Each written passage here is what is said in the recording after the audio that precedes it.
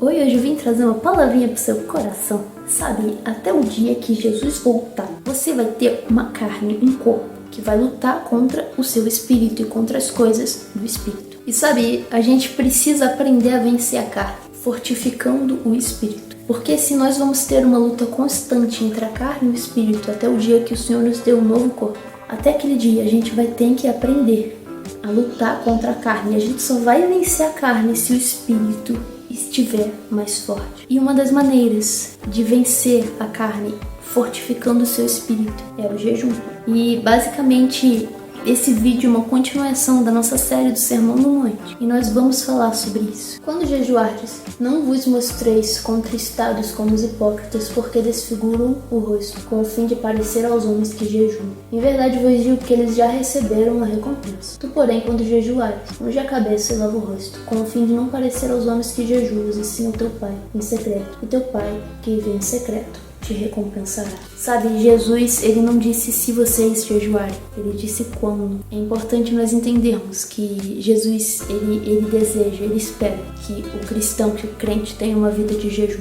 Mas ele fala, algumas orientações depois disso. Ele disse que não é pra gente fazer o jejum com a finalidade de aparecer aos homens. Se você fizer um jejum só para mostrar pro teu pastor que você é crente, só para chamar a atenção do fulano ali, tá errado. A sua recompensa vai ser realmente aparecer, vai ser realmente chamar a atenção, mas de Deus, Jesus disse que você não vai receber nada. Então, não podemos jejuar com essa finalidade de mostrar que é crente. Mas a gente também não pode cair no extremo de achar que nós vamos estar pecando ou que nosso jejum não vai ter valor nenhum se outra pessoa souber que a gente está jejuando. Então, às vezes, você vai ter que realmente contar, outra pessoa vai ter que saber. Não precisa chegar anunciando: oi gente, hoje eu estou fazendo jejum, sabe? Às vezes eu jejuo e minha família aqui em casa não sabe, mas tem outras vezes que elas sabem, Aqui minha mãe, minha irmã, às vezes elas sabem que eu tô fazendo jejum. O problema tá no coração. Você tá contando só pra mostrar que é super crente? Tá errado. Agora, às vezes, você precisa realmente contar, E até pro ensino mesmo, pra ensinar outra pessoa, às vezes você vai ter que se abrir nessa área também. Mas, enfim, por que o jejum é tão importante? Sabe, em determinado momento da palavra do Senhor, a gente vê que os discípulos não conseguem expulsar um demônio. E depois, conversando com Jesus para tentar entender o que aconteceu, Jesus ele fala: olha só, por conta da incredulidade, da pequenez da vossa fé. E depois ele diz: mas esta casta só pode ser expelida por meio de jejum e oração. Nessa parte aí que tem diferentes interpretações. E eu não quero aplicar pro demônio. Eu quero falar aqui é que Jesus deixou bem claro que o crente que jejua alcança níveis diferentes no sobrenatural de Deus. Sabe, a gente vê diversas vezes na palavra do Senhor intervenções divinas durante ou após o momento de jejum. A gente vê diversas vezes na palavra do Senhor realmente essa cultura de jejum, onde você precisa de uma resposta, realmente de uma intervenção, de uma direção, e tá ali o jejum. Sabe, mas a nossa principal motivação ao fazer o jejum não é olhar para as mãos de Deus, daquilo que Ele pode fazer. É lógico que isso também faz parte. Deus é nosso Pai e Ele tem todo o poder. Mas é olhar para o coração do Senhor. Ele estabeleceu o jejum. A gente tem que querer jejuar, sabe? Deixar que isso faça parte das nossas vidas, Nem sempre vai ter que aparecer um anjo para você pedindo para você jejuar. Você pode ter o seu jejum. Eu tenho ali o dia da semana que eu gosto de fazer o jejum. Isso é uma coisa que eu carrego em mim. Toda semana eu procuro fazer jejuns para buscar a Deus. Às vezes com propósitos específicos, mas sempre o principal é para mim buscar a Deus. E se você lê Isaías, capítulo 58, Deus ele está falando para o seu povo que fazia jejum.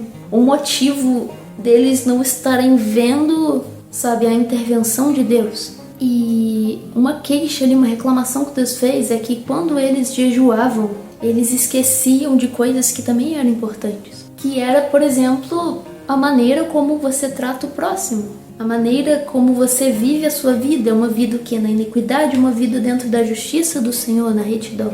Não adianta nada você fazer um jejum de 3 dias aí, toda semana, e viver uma vida cheia de pecados, uma vida onde você não tá nem aí pros outros, Não adianta nada você só ter um hábito, né, uma vida de leitura bíblica só quando você está jejuando, uma vida de oração só quando você está jejuando. O jejum deve fazer parte de nossas vidas, mas a vida em justiça e em retidão deve ser aquilo que a gente vive dia após dia.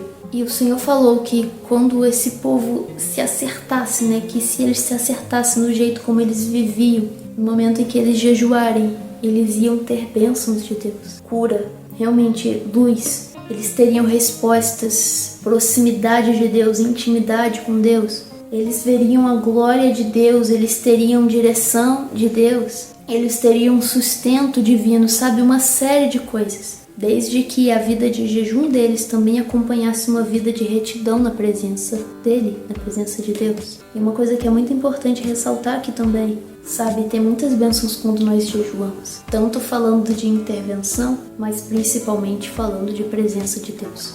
Se você quer viver o sobrenatural de Deus na sua vida, se você quer chegar em águas profundas, ter esse tipo de resultado, então a conta que você vai fazer vai ter que ser diferente da conta que a maioria faz. O seu nível de entrega vai ter que ser maior.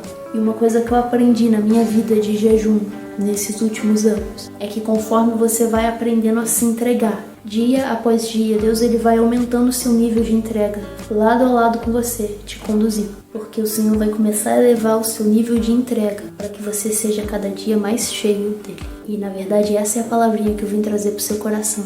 Um grande beijo e um abraço.